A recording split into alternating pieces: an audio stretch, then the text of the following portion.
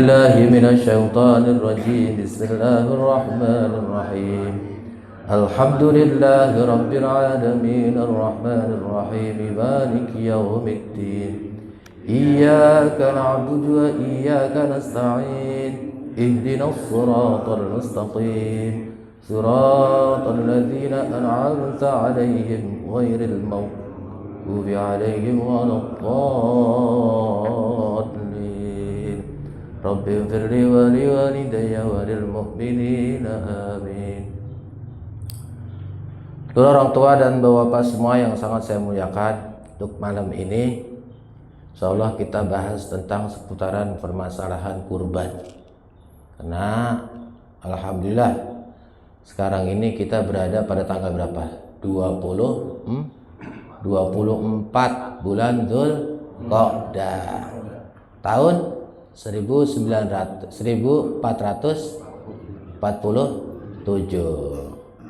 Besok berarti tanggal berapa? Besok? Hah?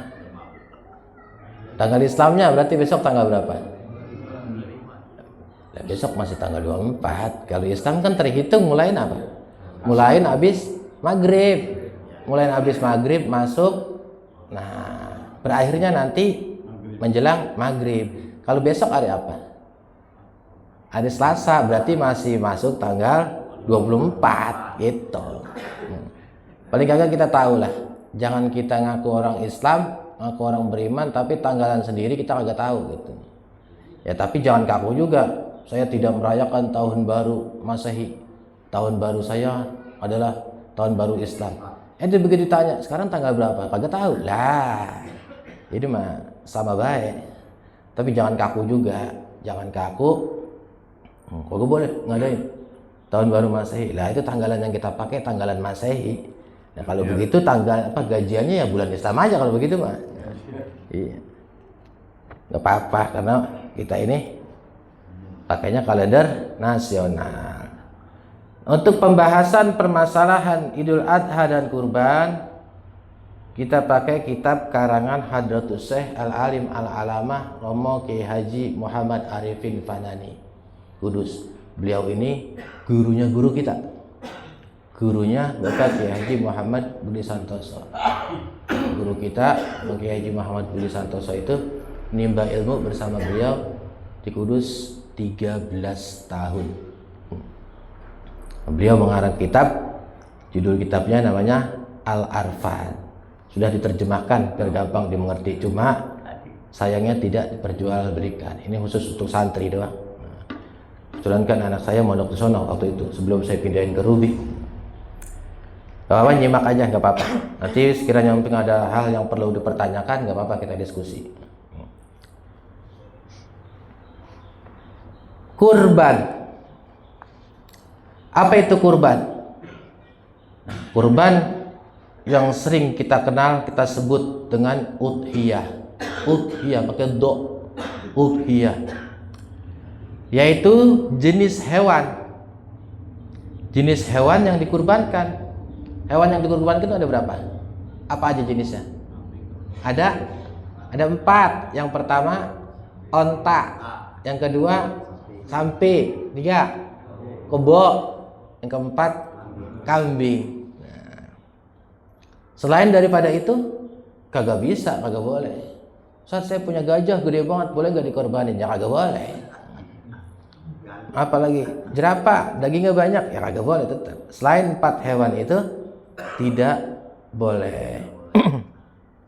Kapan pelaksanaannya?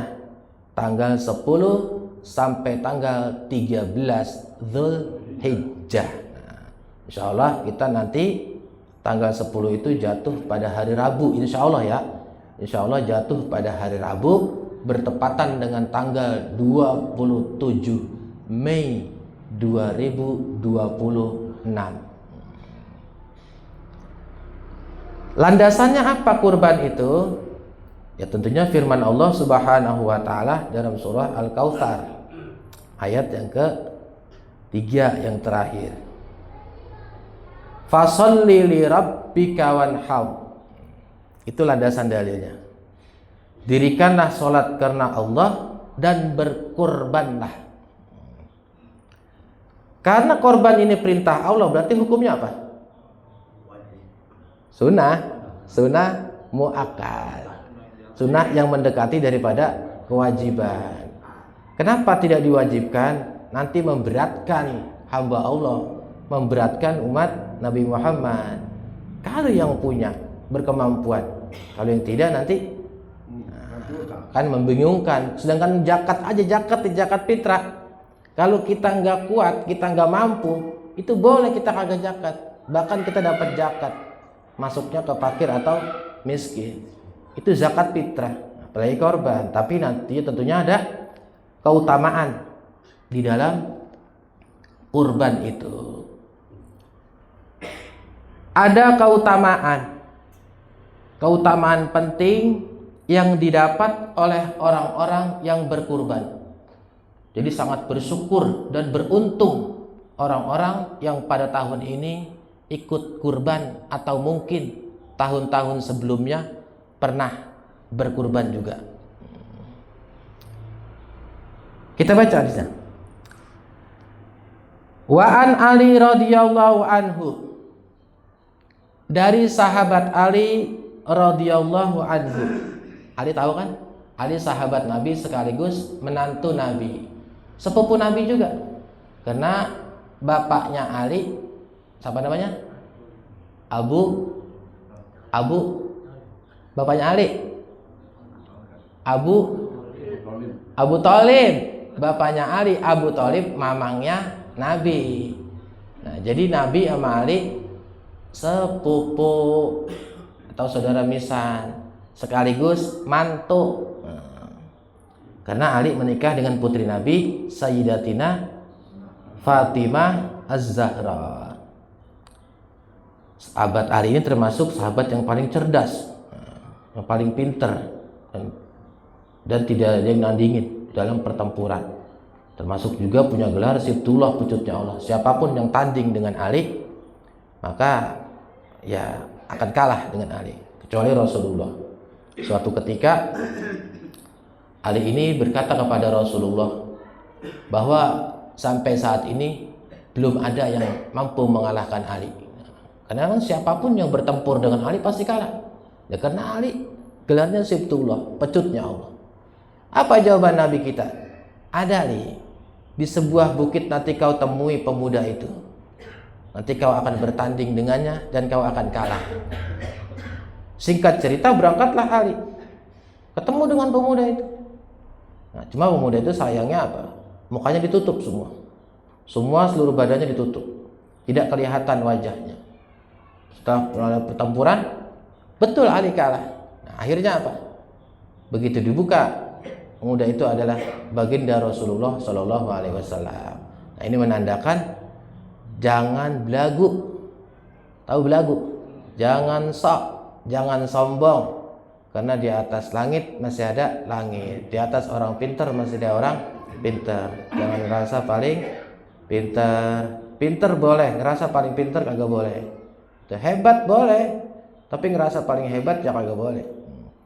Ojo dume, jangan mentang-mentang. Wa an Ali radhiyallahu anhu, dari sahabat Ali radhiyallahu anhu, man kharaja, barang siapa yang keluar, min baitihi, dari rumahnya. Ngapain keluar rumahnya?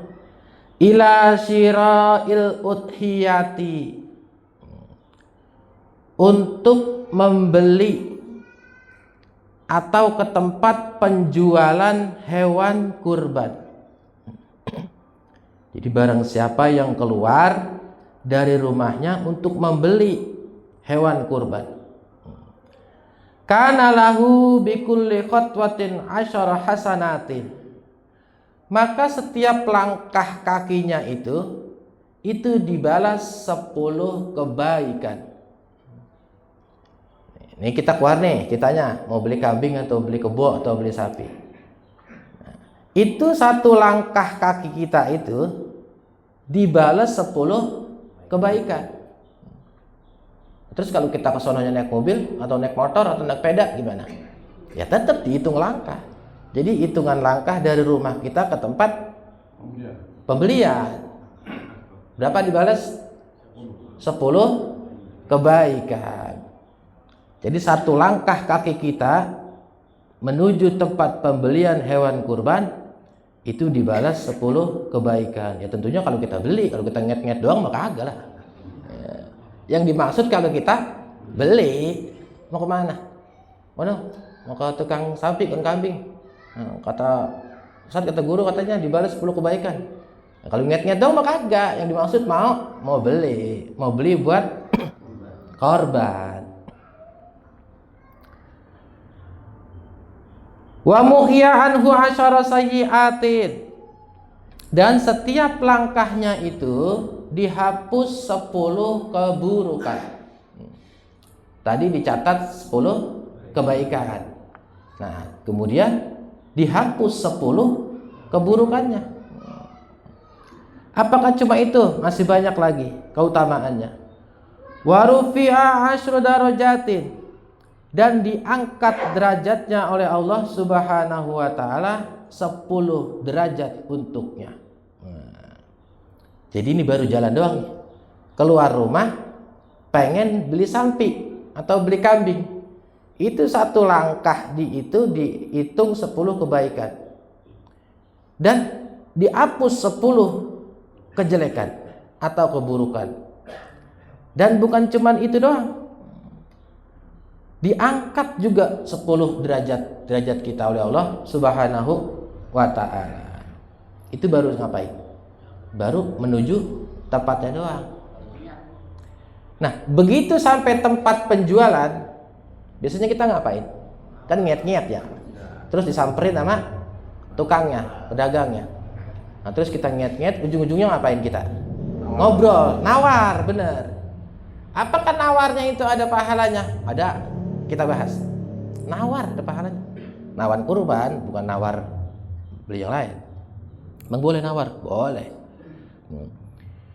Wa idza takallama, dan apabila berbicara atau berkata-kata si pembeli dan penjual. Wa syiraiha, dalam membeli hewan kurban itu alias tawar menawar gitu. Kana kalamuhu tasbihan, maka ucapan-ucapannya itu, pembicaraannya itu, tawar menawarnya itu dihitung sebagai tasbih. Hebat apa hebat? Hebat, luar biasa. Diberi pahala orang yang bertasbih. Tiba ngelihat, datang, terus nawar diberi pahala tasbih. Ya Allah Subhanahu wa ta'ala. Setelah itu tawar menawar jadi, maka dibelilah. Nah, begitu deal, dibeli, dibayar deal, apa yang didapatkan oleh orang yang berkurban setelah ia membayar hewan kurbannya? Wa idza naqada thamanuha, dan jika deal, ia sudah membayar hewan kurbannya itu, kana lahu bikulli dirhamin sab'u mi'ati hasanatin, maka setiap 1 rupiah yang ia keluarkan untuk membeli hewan kurban itu dibalas oleh Allah 700 kebaikan. 700 banyak apa dikit? Banyak banget. Nah, kalau di Quran kan ada itu ya, Al-Baqarah 268 kalau nggak salah, 268. Mathalul ladzina yunfikuna amwalahum fi sabilillah kamathali habbatin ambatat sab'a sanabila fi kulli sumbulatin mi'atu habbah wallahu yudha'ifu liman yasha wallahu wasi'un alim. Jadi perumpamaan kita menafkahkan harta kita di jalan Allah itu ibarat kita menanam 1 buah biji. 1 biji itu nanam 70 cabang, tumbuh 70 cabang. Dari 70 cabang ini tumbuh lagi 700 cabang. Dari 700 cabang ini tumbuh lagi 7.000 cabang. Tumbuh lagi 70.000, tumbuh lagi 700.000 dan seterusnya. Kagak habis-habis. Sampai kapan? Ya sampai kita mati, sampai kiamat nanti. Kayaknya harta yang kita sedekahkan, itulah harta kita.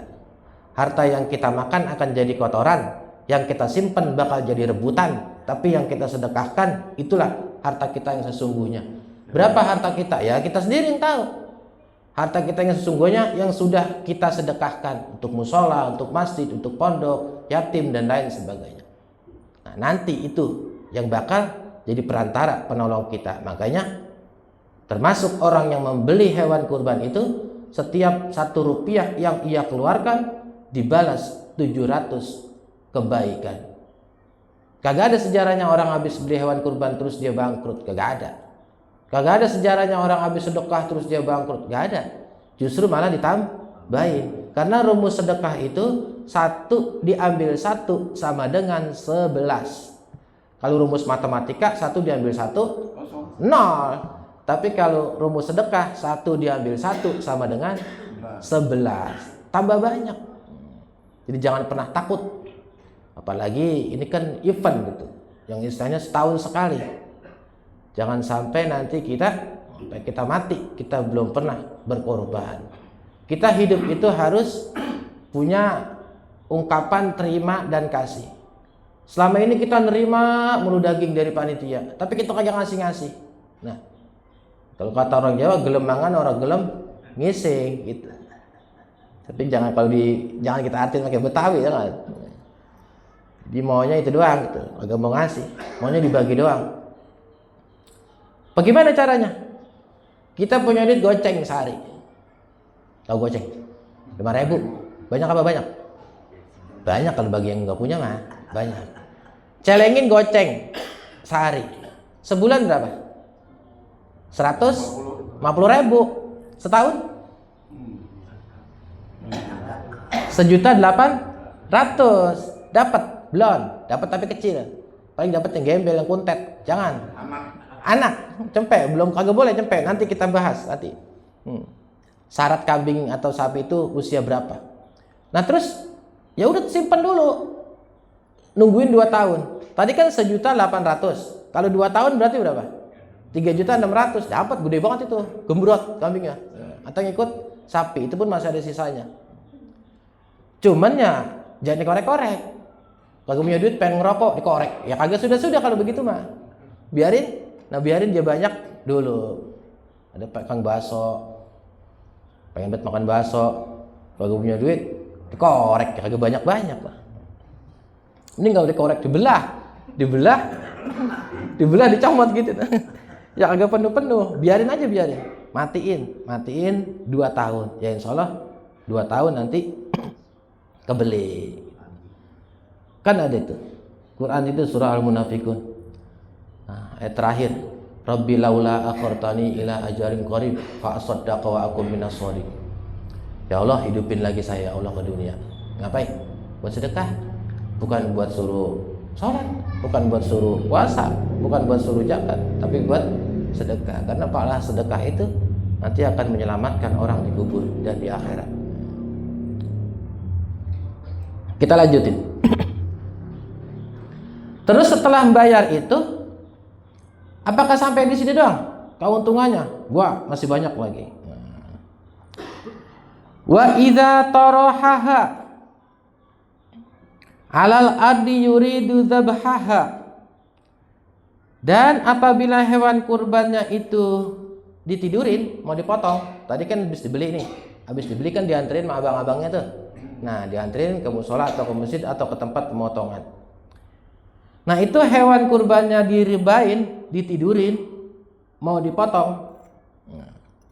Di atas tanah itu mau disembelih ya. Istaghfir lahu ala khuliqin. Maka seluruh makhluk-makhluknya Allah itu beristighfar. Makhluk Allah yang ada di bumi itu beristighfar. Beristighfar untuk siapa? Untuk yang untuk yang korban. Apakah makhluk Allah yang ada di bumi doang? Enggak, masih banyak. Makhluk Allah yang ada di bumi beristighfar. Min wudu'iha ilal ardi sabi'atin. Termasuk yang ada di bawah 7 lapis bumi. Jadi begitu sapinya ini direbain atau kambingnya direbain mau dipotong, nah itu semua makhluk Allah yang ada di bumi, termasuk yang ada di 7 lapis bumi itu beristighfar memohonkan ampun untuk orang yang berkurban. Luar biasa pahala korban itu.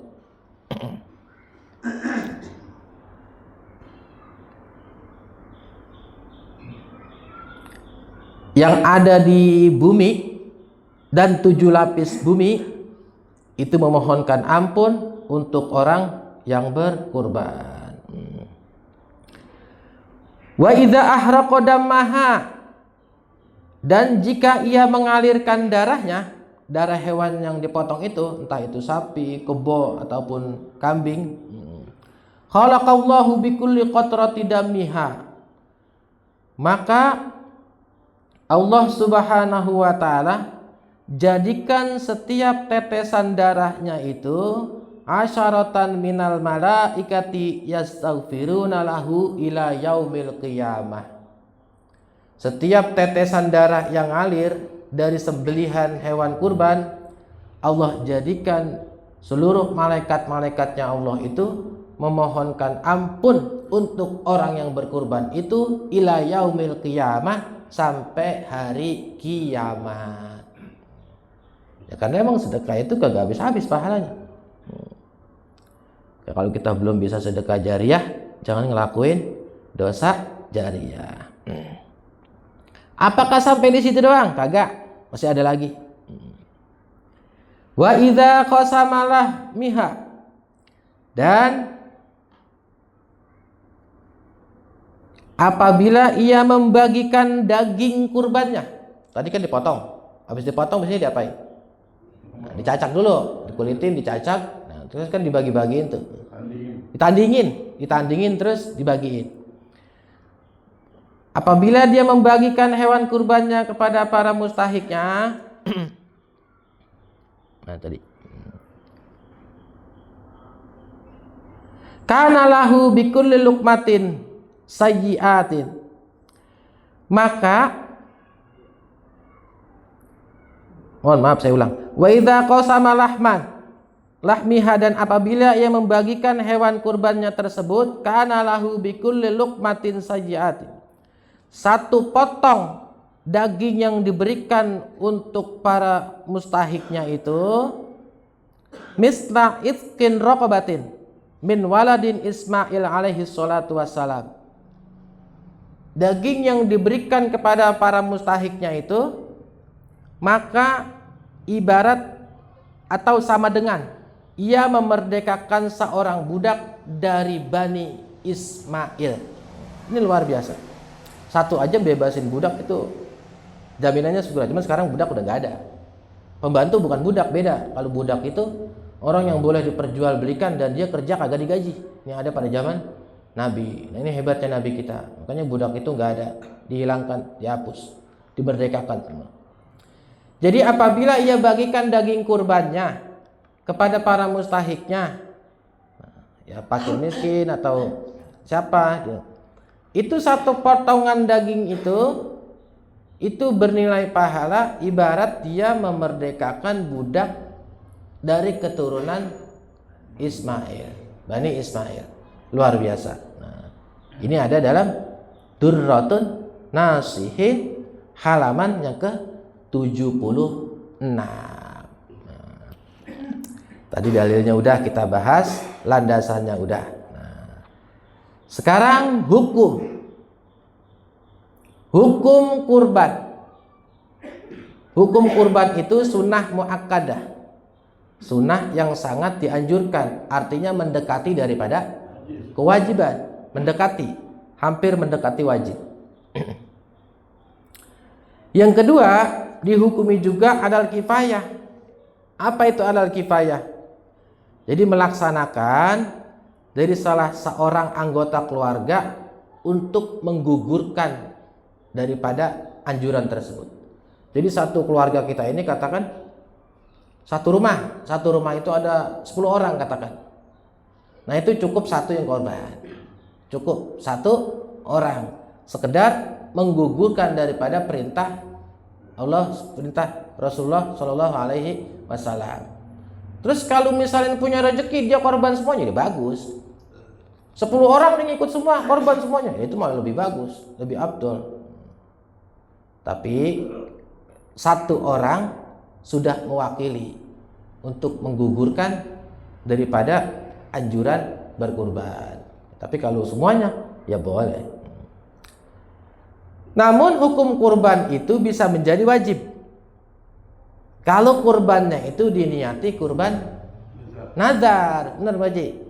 Diniatin kurban nazar. Makanya setiap kita kurban, maka niatnya itu ada bahasanya, bahasa sunnah. Saya niat kurban sunnah itu.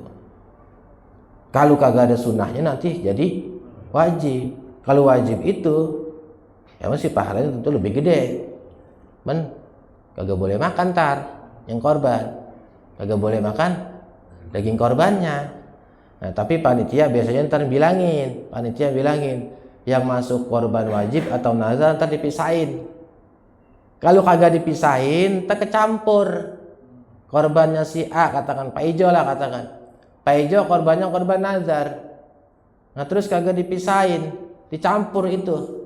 Nah pas Pak Ijo kelempengan makan dagingnya dewek, nah itu kagak boleh. Nah makanya ntar panitia misahin. Yang nazar, yang sunnah dipisahin. Nah ntar yang nazar itu dapatnya yang mana? Yang sunnah gitu. Kalau agak dipisahin, kesian ntar Pak Ijo. Dapatnya dagingnya dewek, padahal kagak boleh. Jadi termasuk kurban wajib apabila diniati nazar. Kemudian bagi orang yang berkurban, sekarang kita tanggal berapa nih? Tanggal 24. Insya Allah 5 hari lagi kita masuk bulan Dzulhijjah. Nah itu sangat dianjurkan. Ingat ya, dianjurkan. Bukan berarti diharamkan nanti yang dikerjakan itu, bukan. Tapi dihukumi makruh. Apabila orang yang berkurban itu mulai tanggal 1 Dzulhijjah sampai nanti hewan kurbannya itu disembelih, nah, itu dianjurkan untuk tidak memotong bulu-bulu ataupun kuku yang ada di tubuhnya. Kenapa? Ya karena seluruh nanti anggota tubuh ini akan menjadi saksi di hadapan Allah Subhanahu wa taala telah dikurbankan. Nah, kalau misalnya kukunya dipotong, rambutnya dipotong, jenggot kumisnya dipotong, ya sian tadi yang gak ngikut masuk surga. Nah, yang lain pada ngikut, dia kagak. Kumis boleh miara. Dari muda tuh kumis dipiara sampai gembel banget. Begitu mau korban dipotong. Kan sayang miara kumis udah bertahun-tahun. Niyangnya begitu mau kumisnya dikorbanin dipotong. Niyangnya kagak ngikut masuk surga. Emang kumis masuk surga? Ya kalau orang yang masuk surga, ya kumis masuk surga. Jadi tidak dibenarkan, artinya nggak haram, tapi dihukumi makruh. Dihukumi makruh menurut mazhab Imam Syafi'i. Tapi kalau Imam Abu Hanifah itu tidak dihukumi makruh. Kita kan mazhab Imam Syafi'i. Nah biarin aja gondrong-gondrong dikit. Kalau mau cukur, memotong itu sebelum tanggal 1 Dzulhijjah atau tanggal 29-nya lah. Potong-potongin semua.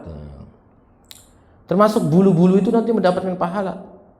Kalau orang yang bulunya banyak, ada orang yang bulunya banyak, mukanya sampai bulu semua.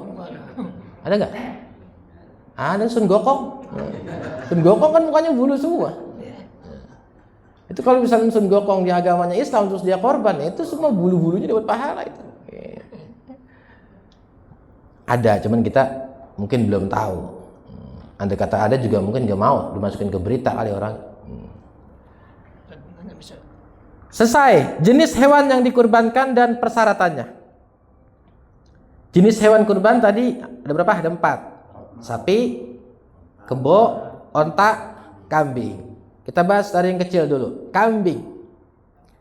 Kambing itu ada 2 jenis.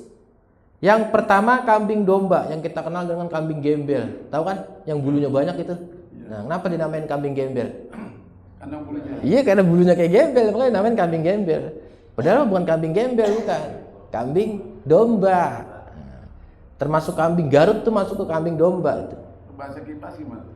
Hah? Kambing kibas gitu. Bukan, Kambing kibas. Kambing gibas mah iya kayak Garut dia modelnya. Iya.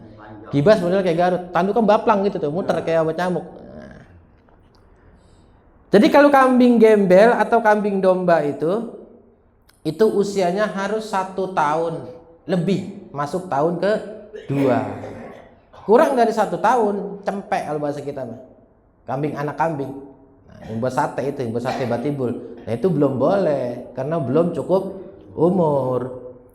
Kalau kambing yang kupingnya panjang, kambing yang etawa. Ada pokoknya kita tahu itu kambing kuping yang panjang, kambing Jawa. Nah, itu usianya 2 tahun lebih, masuk tahun ke-3. Kurang dari 2 tahun tidak afdol. Apakah sah? Ya sah, cuman kalau perawakannya ini gede dan tidak ada lagi, udah mentok tinggal dia doang, kagak ada lagi. Selama masih ada yang lain, meskipun yang lain rada kecilan dikit, tapi dia udah memenuhi syarat cukup umur. Ini Mas Guru. Ya. Ini masalah orang kamu kadang-kadang mengatakan itu biar kambing yang kupak ini maling nih kan jadi masalah. Ntar Pak Haji, nanti kita ada bahas tentang sesi tanya jawab dan ada syarat kambing ini cukup umur ini dari mana gitu. Dari mana kita bisa tahu cukup umurnya ini? Lah kita kan bukan yang miara. Kita kagak tahu itu kambing diberanakin kapan. Sekarang kata tukangnya katanya udah cukup umur. Kalau kata kita oh belum. Nah kata teman kita udah. Kata teman kita yang satu belum. Dari mana kita bisa tahu? Ntar kita bahas. Nah gitu. Dari mana kita bisa tahu itu kambing cukup umur? Nah gitu. Kalau kucing tuh gampang. Kucing tuh semua tua kalau kucing. Nggak ada yang anak. Masih kecil udah kumisan. Nah. Iya. Kalau dibilang anak kucing mana? Itu udah kumisan. Yang kedua sapi. Tapi kalau Indonesia ini nyebutnya lembu. Kalau kita nyebutnya sampi. KM. Sampi. Tapi menurut itu sapi. Sapi. Atau kerbau. Kalau kita nyebut kerbau itu ribet. Kita sebut aja kebo. Nah. Itu usianya 2 tahun lebih, masuk tahun ke-3. Sama apa gimana biar kita tahu nih sampai sama kebo ini udah cukup umur. Nah, kalau kita nanya tukangnya kita bisa jadi digoro-goroin. Bener apa bener? Nah iya, emang kita tahu. Tukangnya juga belum tentu tahu itu sampai sama kebo berapa umurnya. Nah, emang dia nyatetin barunya. Kambing berapa tadi? Yang domba, yang gembel? 1 tahun masuk tahun ke-2. Kambing kacang, kambing Jawa yang kupingnya panjang berapa tahun? 2 tahun masuk tahun ke-3. Kebo atau sapi 2 tahun masuk tahun ke-3. Kurang dari 2 tahun jangan. Yang terakhir onta. Onta harus berumur 5 tahun lebih, masuk tahun ke-6, tapi jarang onta. Ada onta? Ada gak onta? Ada banyak, iya. Kalau di sini ada onta di Indonesia. Ada kebun binatang, iya. Tapi yang korban onta nggak ada kayaknya. Kalau nanya onta mau ada? Ada. Itu di Ragunan banyak banget. Kalau onta berapa tahun? 5 tahun masuk tahun ke-6. Lah kita paling kagak tahu. Kalau ada kita punya saudara di Arab, dia mau korban, kita lagi main, kita tanya ke sono. Bulan haji kita lagi main. Dia mau korban onta, ontanya masih kecil, baru 2 tahun. Kan bisa kita bilangin, belum boleh gitu. 5 tahun. Nih, jadi pertanyaan Pak Haji. Yang korban boleh ngambil kan? Ntar kita ada pertanyaan Pak Haji. Ya. Kita selesaiin dulu ini ya. Kita selesaiin dulu, nanti kita habis lagi waktunya. dikit lagi. Jadi untuk kita mengetahui masuk umur, syarat umurnya itu sudah boleh atau belum. Nah, jadi dijelaskan dalam kitab ini. Kecukupan umur itu tadi kambing gembel 1 tahun masuk tahun ke-2, kambing kacang yang kuping yang panjang 2 tahun masuk tahun ke-3, sampai sama kebo 2 tahun masuk tahun ke-3, onta 5 tahun. Nah, itu tadi Mbak Haji tanyain itu. Itu bisa kita ketahui dengan tanggal gigi susunya itu udah ganti alias kupak. Nah makanya kalau kita beli itu kalau bisa kita boek mulutnya gitu tuh. Iya. Iya kita mangapin. Ntar ketahuan kalau giginya itu dia udah ada yang ganti, giginya udah gede, namanya gigi susu udah ganti. Ada kan giginya gede ya. Coba ntar perhatiin nanti kalau ada itunya. Pasti bisa ketahuan. Nah kalau itu giginya belum kupak, belum tukar gigi, itu giginya kecil-kecil gitu. Kayak gergaji kecil. Nah itu belum cukup umur. Nah ditanda tahu dari mana kita itu cukup umur. Kadang-kadang kan tukang kan goroh, tukang jualan gitu mah. Iya. Nah itu apa?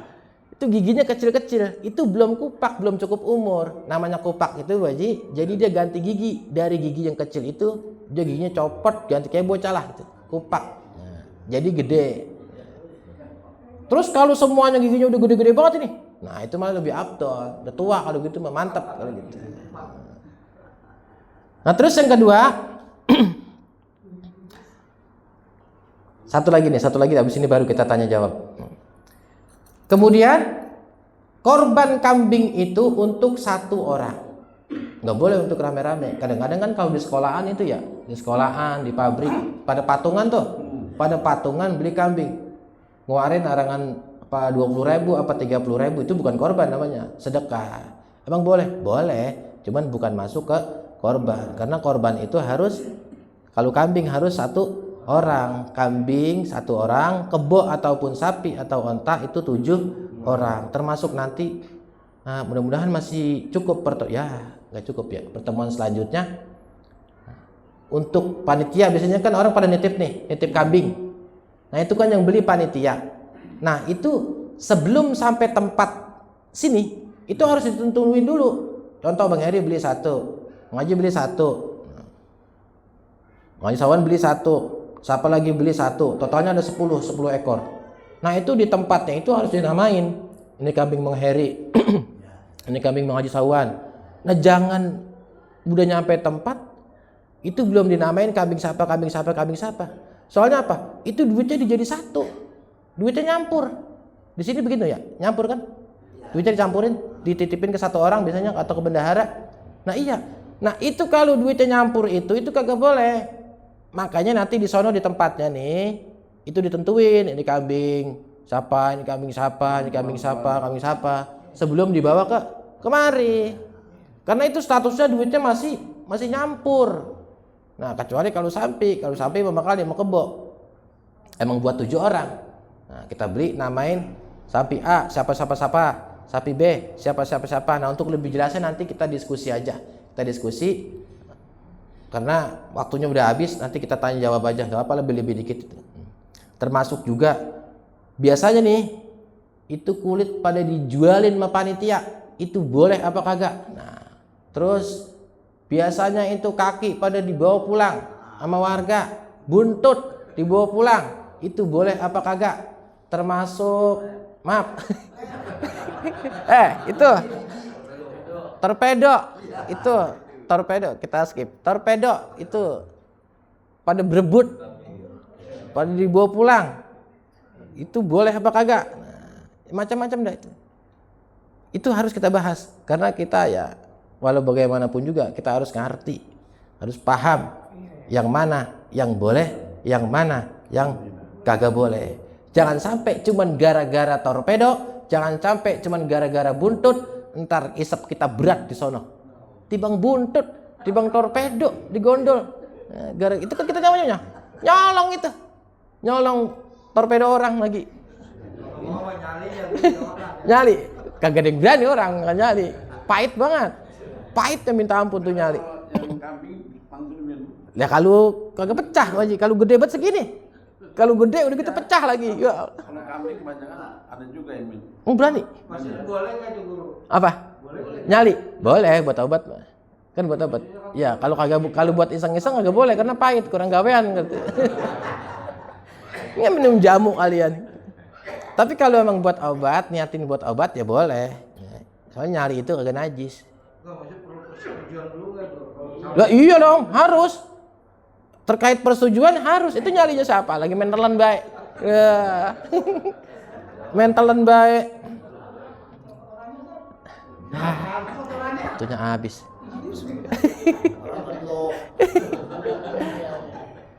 Malam Selasa besok Ustadz Kiki ya. Masih banyak nih. Hah? Enggak, masih lama, belum kelar pembahasan. Ada yang menanya, silakan yang menanya. Kang Haji. Kang Haji dulu tadi ya, udah kupak udah ya, kejawab ya. Kalau saya nanya, Oh, Kang Haji dulu. Iya, udah biarin ntar nanya. Ntar abis Isa nanya situ tuh, kita ngopi, kita ngerokok, nanya enak. Haji nanya apa tadi? Bang Haji tadi apa? tadi itu Iya apa? pembagiannya. Kalau yang korban itu boleh yang ngambil gitu. Yang korban, Yang korban. yang ikut korban. Iya. Yang korban ini saya yang korban yang satu. Boleh nggak ngambil lagi kayak gitu? Wah, ini pertanyaan mantap ini. Jadi korban itu dibagi 3. Yang pertama buat sahibul kurban. Yang kedua buat ya panitia atau dan ketiga buat fakir miskin dah tuh, tetangga kampung tuh. Nah, itu yang korban itu boleh minta. Contoh, wajib korban kambing nih. Mesen panitia. Panitia mengaji sawan dah. Ji, ntar bagi gua ya 1 pahanya. Boleh. Bahkan mungkin panitia harus bijak, jatahin 1 pahanya. Paha depan atau paha belakang. Tapi jangan terpahanya buat gue semuanya ya. Jangan begitu. Itu mah namanya potong dewek kalau begitu. Boleh jadi. Nah, panitia harus bijak. Bagi paha depan atau belakang. 1 aja udah, jangan 2. 2 mantar yang buat yang lain agak keduman. Jangan banyak-banyak mesennya. Udah mesen paha juga, hati juga, pala juga, semuanya juga. Potong aja dewek kalau begitu. Boleh, intinya boleh. Sama, sapi boleh. Nah, biasanya kalau di tempat saya, itu yang korban sapi dijatain 3 kilo. 3 kilo buat yang korban. Dan plus tentengan 10 tentengan itu, yang udah boleh nyacak-nyacak. Itu buat dia bagi-bagi saudaranya. Iya, ya kalau ya bersyukur sih, untung. Dia pada ngikut korban, kalau dia kagak pada ngikut korban, kagak ada yang pada kebagian daging gitu. Jadi sebagai bentuk apresiasi dan ucapan terima kasih juga, karena emang boleh, dia punya hak di situ. Di tempat saya itu dibagi 3 kilo plus 10 tentengan kecil. Nah, jangan minta lagi udah, dibagi 10, dibagi 3 kilo, minta lagi. Ada lagi? Bro, Ya. kalau korban sapi kan patungan 7 orang. Masing-masing kalau minta jatah gimana? Maksudnya? Ada 7 orang itu minta paha. Enggak, gini nih. Kan tadi sapi, kalau kambing kan dia minta jatah katakan paha 1 ya, paha depan atau paha belakang. Kan masih ada berapa paha? 3, udah cukup itu mau dicacak dibagi-bagi. Kalau sapi, itu sohibul kurban dapat katakan 3 kilo. 1. 3 kilo dikali 7 berapa? Baru 21 kilo, sapi berapa? Ratusan kilo, gitu. Sama 10 bungkus dikali 7 baru berapa? Baru 70 bungkus. Biasanya nih, 1 ekor itu jadi 150 sampai 200 bungkus. Lah kalau kita jadiin 200 atau 250, diambil 70, masih 180 bungkus. Itu masih banyak sisanya. Jadi boleh. Bro, tadi 1 tadi masalah kulit dulu. Iya, merembet ke kulit ya. Nih gini. Jadi ada hadis kata Nabi kita, man ba'ajil dan udhiyatihi fala udhiyatalah.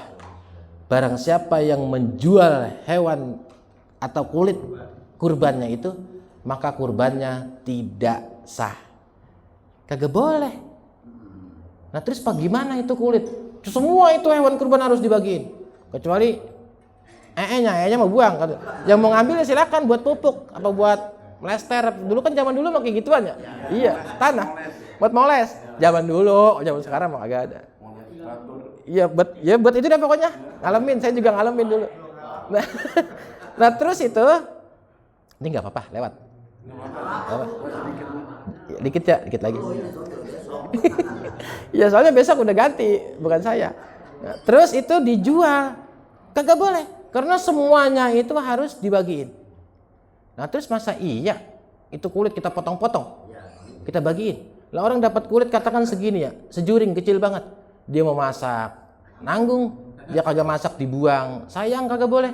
Terus bagaimana caranya? Kulitnya dikasih fakir miskin, orang yang berhak, atau katakan di sini siapa? Yang bersih-bersih musola ini siapa? Kasih itu, dia kasih dia. Nah, atau nanti setelah dikasih dia kan, itu berarti punya siapa? Punya dia. Terserah dia, mau dia cacak, mau dia jual, mau dia buat beduk, mau dia buat jaket, terserah dia. Nah, mungkin dibuat kaligrafi ya bisa jadi. Nah, yang penting jangan dijual oleh panitia. Panitia kagak boleh jual kulit hewan kurban. Entah itu sapi, entah itu kambing, entah itu kebo, onta, kagak boleh. Itu nanti bisa mengakibatkan tidak sah korbannya seseorang. Bagaimana caranya? Diakatin dulu, dikasih merbot sini nih. Atau siapa nih? Nah, kasih aja, Bu Haji kek, kasih ngaji kek siapa gitu. Yang kita anggap berhak gitu. Nanti itu kan statusnya punya beliau tuh. Punya beliau, nah berarti mutlak punya beliau. Terserah mau dijual, mau diapain. Bingung kagak bisa jual. Panitia wajib bantu jualin. Panitia wajib bantu jualin, ntar duitnya kasihin lagi. Nah nanti kalau orang bijaksana, begitu dia dikasih kulit, dijual kan lumayan tuh, dapat sekian ratus ribu. Ya mungkin nanti juga dia bijaksana, baru dah itu kan duit dia nanti dibuat, ya buat operasional, apa buat beli nasi atau buat beli apa, baru boleh. Yang paling penting jangan ujuk-ujuk panitia ini menjual baik itu kulit korban orang, termasuk juga pala itu. Pala ditandingin, seret. Siapa yang mau? 300, 400, 500. Lagi enak banget. Udah korban kagak, njualin iya. Nah itu kagak boleh. Jadi udah bukan wayanya kita ngejerumus hal-hal yang kagak benar.